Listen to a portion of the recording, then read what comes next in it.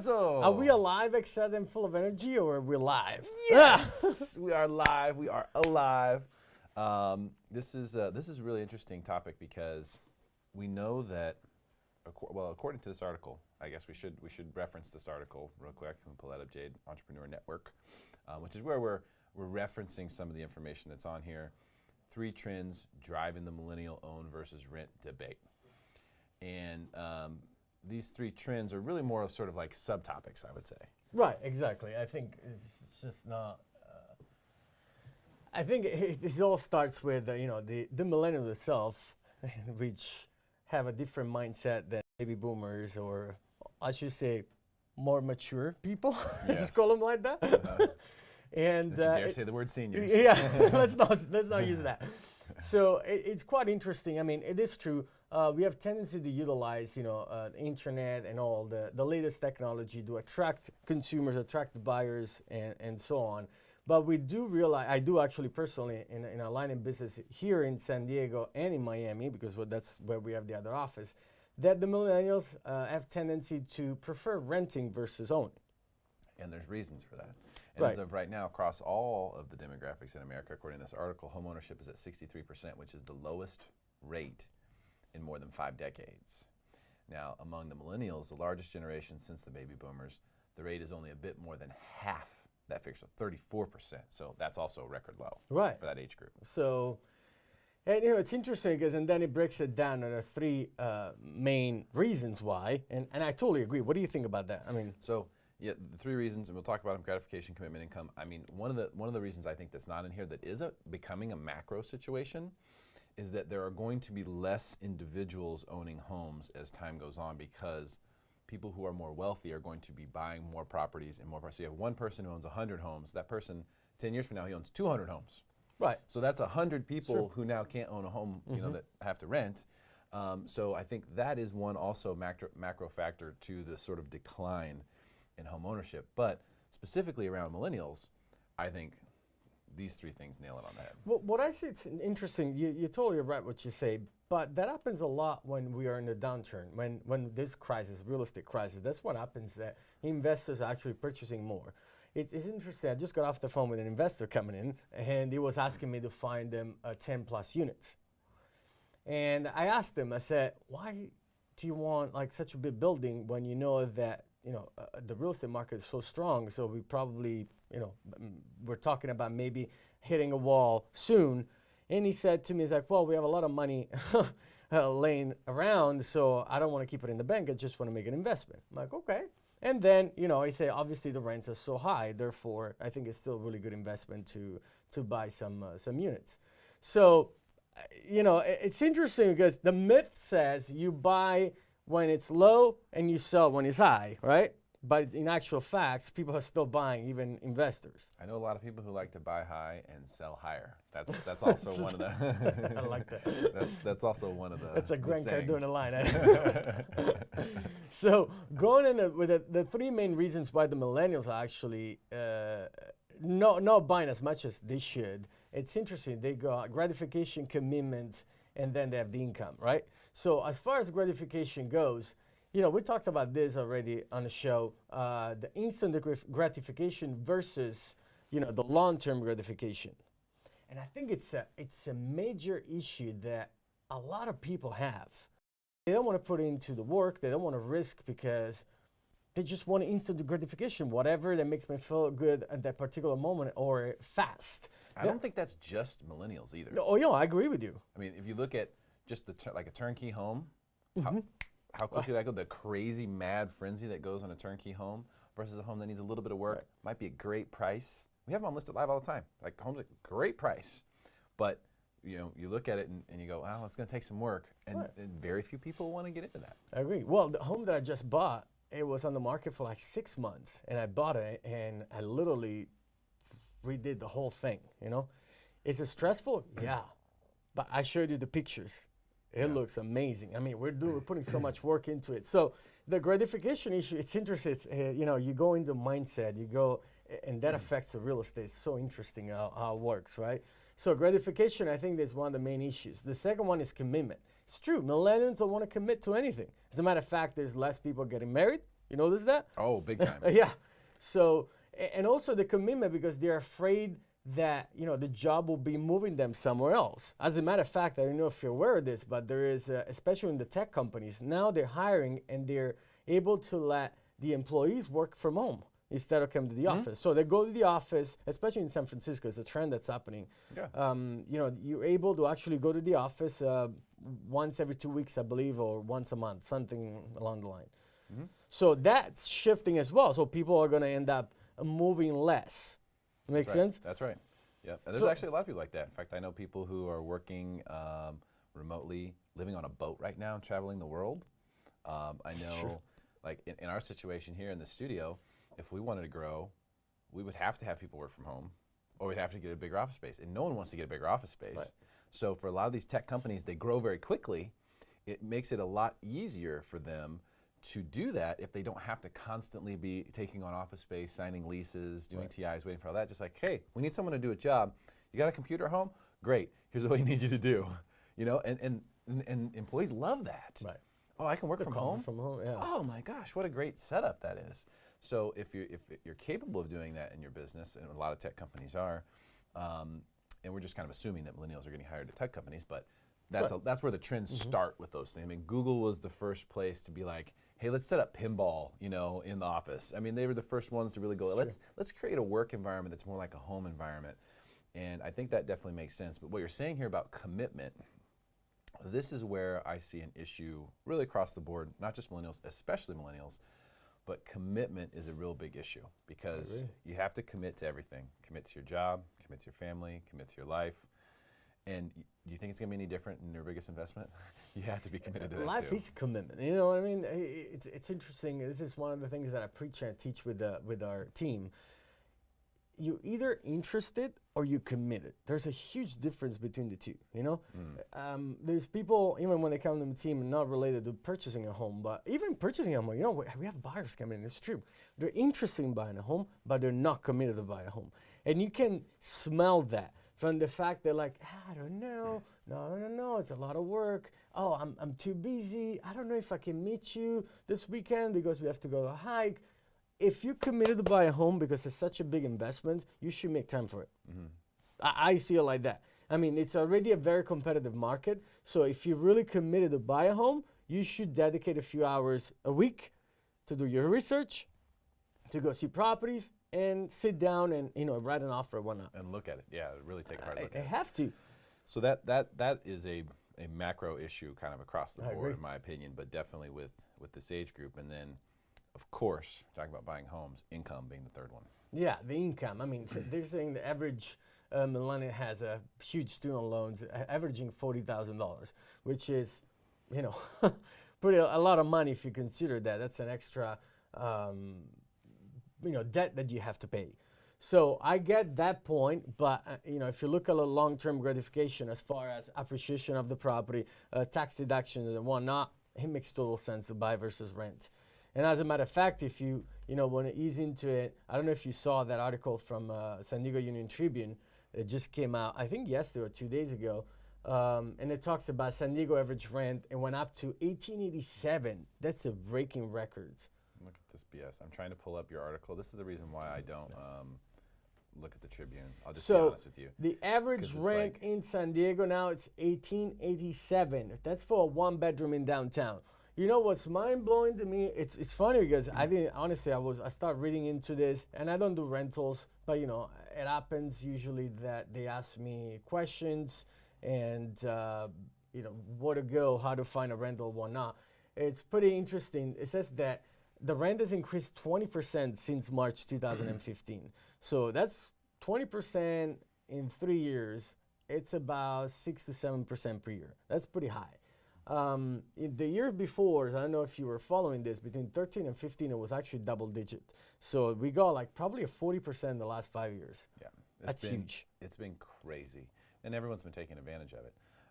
You know, that has also been, I think, a big reason why real estate values have gone up and stayed higher, because the rent versus own still makes sense, which is exactly what we're talking about here. These three trends that are driving the millennials rent versus own debate are these three things. And the question is, you know, and by the way, we do know that millennials are buying homes. They definitely are buying homes. Sure. So they're making up a pretty big segment of home buyers. But how are these three trends going to affect real estate, especially if we get into a pinch? Well, I mean, it's obviously it doesn't help because if they're not buying as much as they should be buying, and we go into a situation of correction, I should say, we're gonna have a pretty big hit because baby boomers obviously they have tendency to stay in their properties because where are they gonna go? I mean, once you reach a certain age, it's already stressful to move. We notice that. I mean, we have a lack of inventory for that reason too. You know that, right? Yeah. So they don't know where to go. They have no desire to move. The market isn't helping. Obviously, even if they sell their home and they have $300,000-$400,000 in equity, what are they going to buy with $500,000-$600,000? Pretty much nothing. Yeah. So that's the problem where we're sitting right now.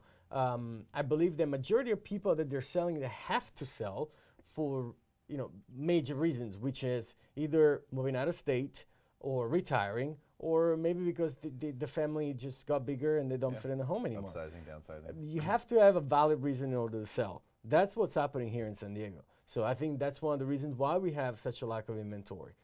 I think the thing that we're going to see from this is it's always been a payment game. People have always, I hate to say payment shoppers, but it's been a lot about mortgage payment, right? Right.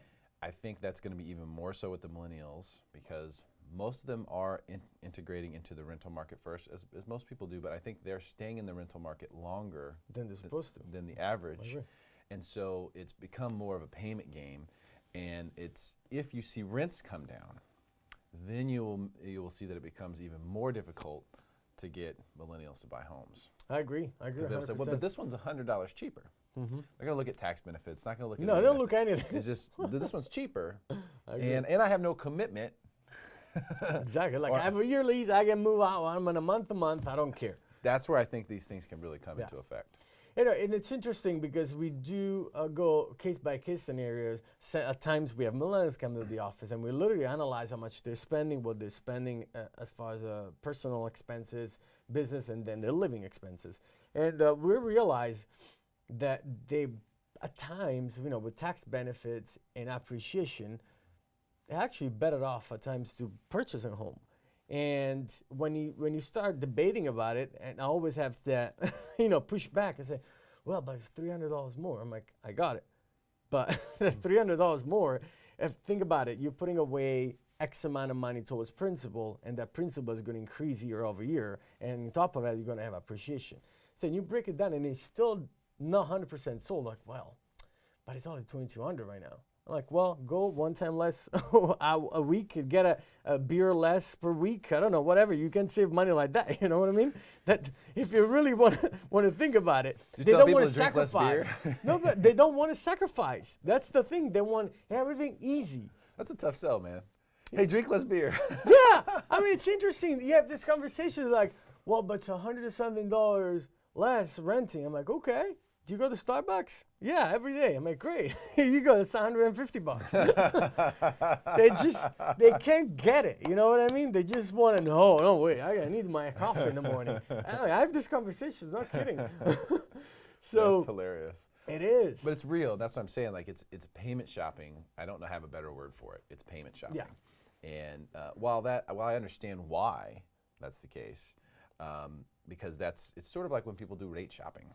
A lot of times they just look at the rate or they just look at the payment. They're not looking at costs or, long-term holding costs or I always like to look at things from a total cost analysis standpoint. What is my total cost for this activity? If I'm buying a home, what is my total cost here? If I'm renting a place for a year, what is my total cost for that year here? And when you're renting, the bad news is that there is no upside. Zero. There's no upside. It's all cost, for sure. It's going down. It's like buying a car. It will eventually be worth zero. Okay, it's just a matter of time. It's not a question. Like you say, oh, well, there's some classic cars that are worth more money now. Those guys are spending more money restoring those cars than what they're worth, I promise you. Right. Unless someone bought a cherry, like 67 Mustang, never touched it, which you want to buy a car like that and never touch it, then it may be worth something today. But for the most part, you buy a vehicle, it goes to zero. Oh, I agree. You rent something, your money goes to zero. Yeah. Just that simple. Yeah, no, it's totally like that. I agree with you. So the investment mindset is, I think, what's missing. It's that, hey, this is a cost, this is a cost, this is a cost. No, that's a cost. This is an investment, more specifically a hedge. And that's a very difficult concept to teach, like, you know, a younger person. Do you think that it's a lack of teaching? You know, because it's, you know, nobody tells you this stuff. You know, if you go to your college, I mean, I did schools in Italy, and I never heard of that. I'm assuming it's the same here. Most traditional schools do not teach it. However, I will give a shout out to the Academy of Business Technology at Claremont High School, because they do have an entire role-playing course. They have mentors, people like myself come in, and we talk to them about real-life situations, credit scores, how to invest in college, student loans, what's really going to happen, the cost of an education, is it worth it? Those are the talks that I give. I know they also have an entire semester where they do a real estate role play. We do? Oh, wow. That's so awesome. someone is the real estate agent, someone is the buyer, someone is the seller, and they go through this whole process. Now, it's very difficult to really mimic that. Say, oh, you're the seller, this is your house, but you don't really own it, and you don't really stand to gain anything. You know, it's kind of hard to really imitate, you know, those emotions that are associated with it. But they are trying to teach people, like, hey, this is a big deal. And but in general, no. Investment, just the concept of investing in something is not taught to people. And the concept of hedging something is not taught to people. And what you're really doing when you're buying a home is you're hedging. Technically, you're hedging. It's only an investment if you sell it. When you go to sell it, now it becomes an investment because you're going to have a plus or minus. Correct. But when you just buy it, and if you just hold on to it forever, it's a hedge against the cost of living. Mm-hmm. It's essentially like buying an annuity that pays off in 30 years. You get your 30-year mortgage, you make your payment towards it. At the end of that 30 years, you still get the house. You don't have to make the payment anymore. Right. Exactly. So that's the goal. And I think that's the part that's missing from the younger generation. They don't understand. In their mind, it's just a cost. They're both a cost. This one's a cost, that one's a cost. Right. No, and you know, it's interesting what you just mentioned.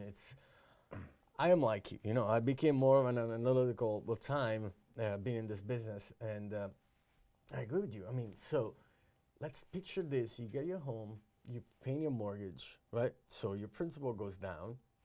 You're supposed to pay for rent anyways, right? Mm-hmm. Maybe you might argue with me, oh yeah, it's more expensive because there's taxes involved and this and that and interest and mortgage interest PMI if you don't put a larger down payment and so on and on and on, right? But at the end of the day, you still need a roof over your head. So it doesn't really matter what the real estate market does, or you know, as long as you feel comfortable making your payments, I really don't think it should be an argument. I don't, you know, it would be nice really to have classes to teach people something like that. I mean, that 63% that we noticed at the beginning of home ownership, it should be probably 80% to have a healthy environment. People should understand the fact that we do, you know, if you have a steady job and you're in a good position in your life, you should just buy. Why are you renting? I just don't get it. I don't even, at times, you know, I don't even care. What's the point of doing a rent versus own anyways? Is there really a point? A calculation? I mean, it's stupid. Think about it. I mean, it doesn't matter. You might pay. He's really annoyed right now. Yeah, no, it's true, because at times I see that and they're like, well, but it's cheaper. I'm like, who gives a crap? Is it cheaper or not cheaper? I mean, you're going to spend 5-10 years. But is it cheaper, though? That's the question. Is it cheaper? And that's the thing that we have to really. You know what? It is. You have to have a total cost. You know what? Analysis. It is. Monthly cost could be cheaper. I know, that's exactly what I'm saying. It's cheaper if you look at it in a 1, 2, 3 years mark. But if you look at the 5 to 10 years, it's cheaper to buy. So my strategy for real estate, and what I've always coached, is do this. Buy the home that you really, really want, that you really, really like, and keep it for as long as possible. Yeah. If you do that, all the numbers will work out in your favor. Mm-hmm. If you buy a house, you keep it for 15 years, the numbers will work out in your favor. You will be better off than if you had rented for any number of those 15 years and then bought at a different point in time.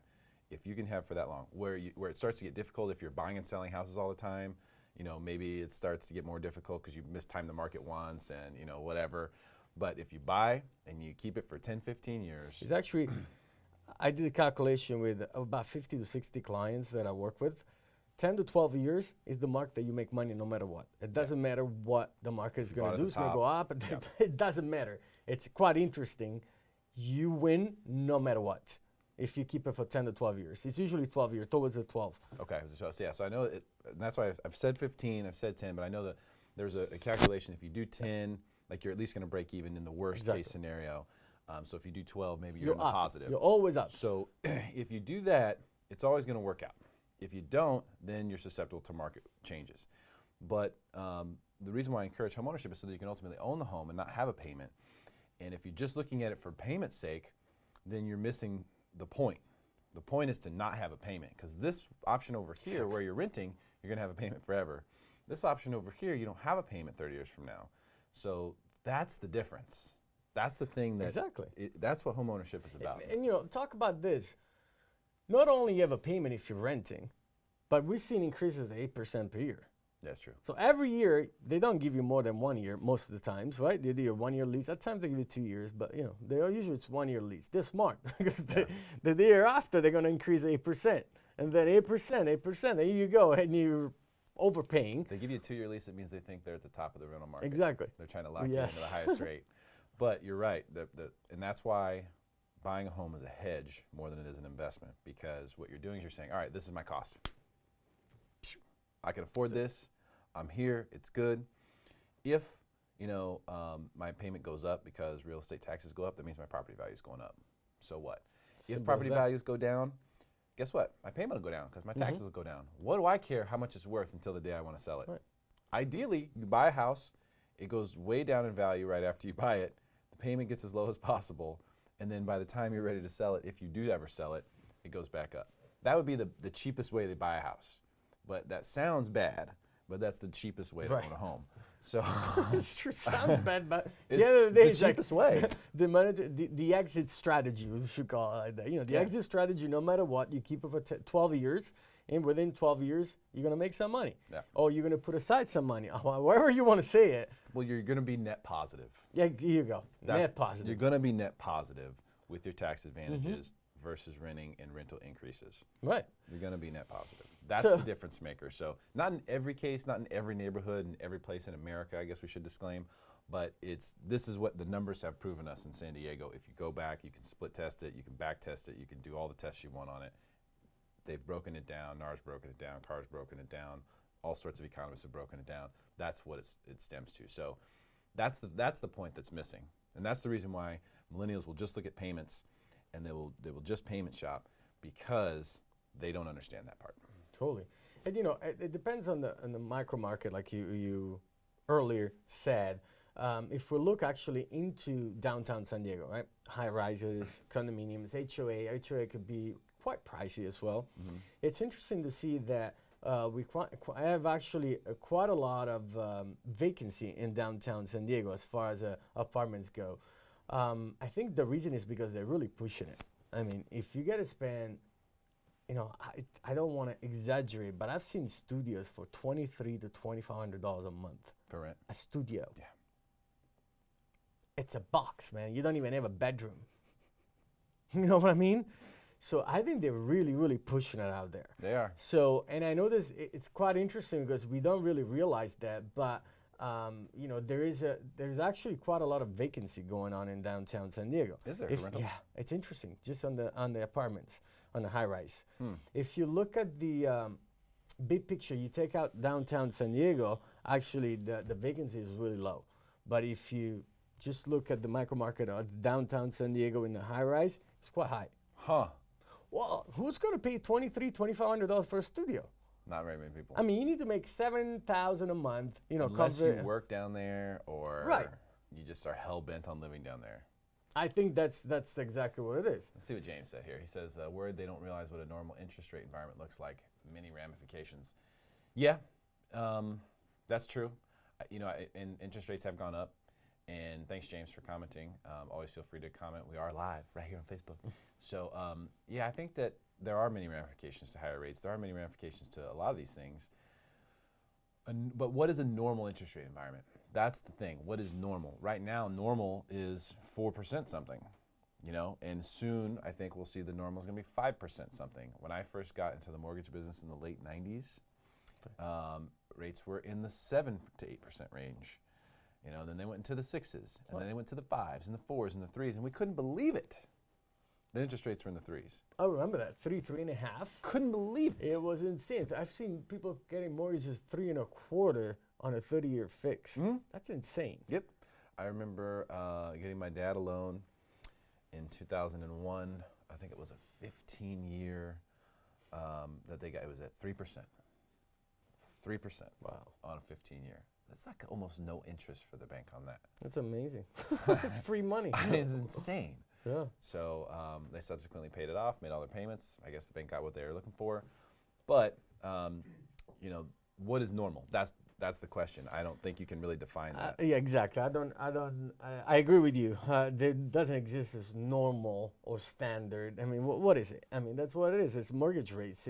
Right now the market is so hot here, if you get 4.5, 4.75 to 5%, it's great. Yeah.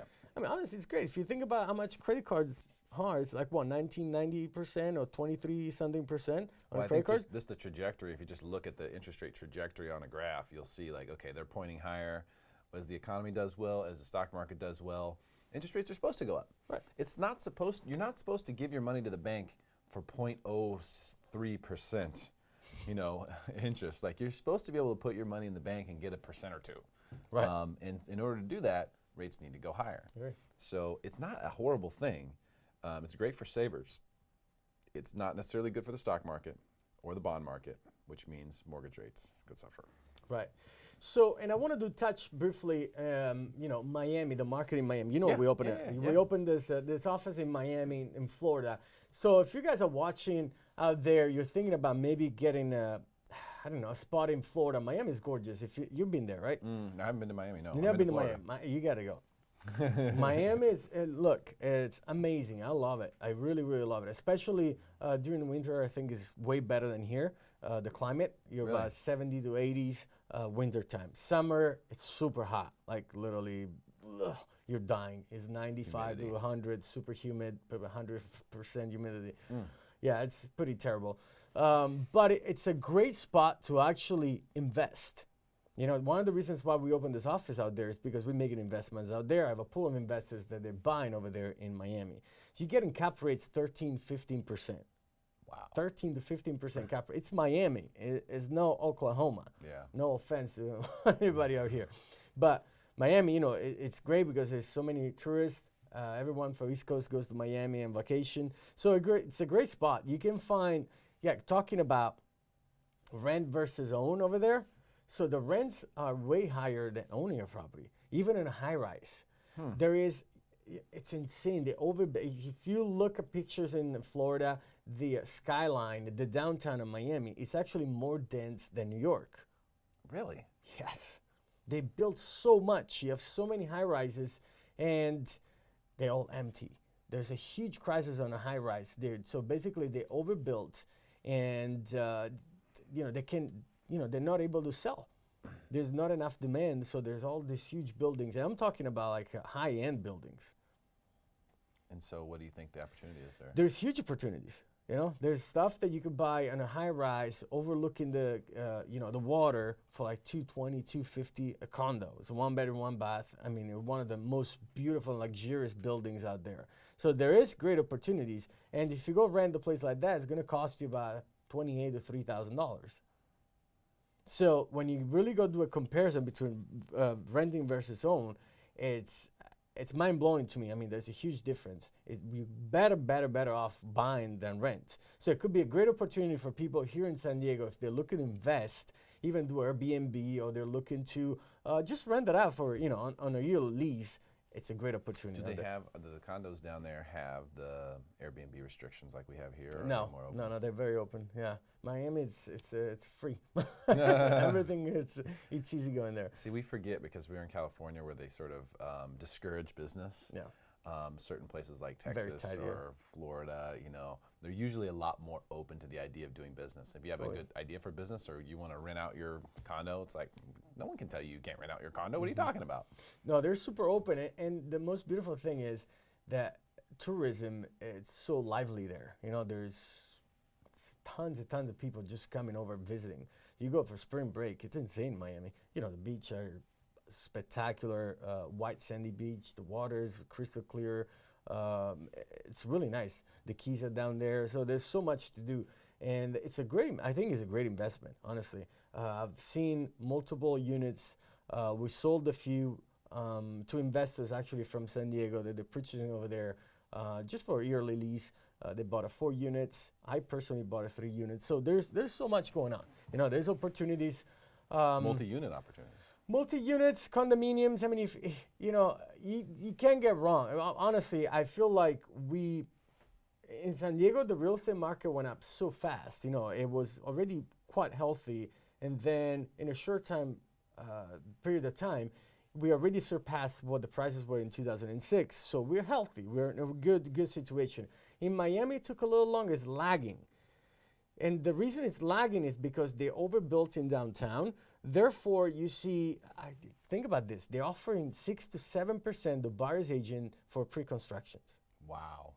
Pre-construction. 6 to 7%. Have you heard of it before? Never. I never. I've heard 4. Yeah. But that was in the crisis. Exactly. You just mentioned it's a crisis.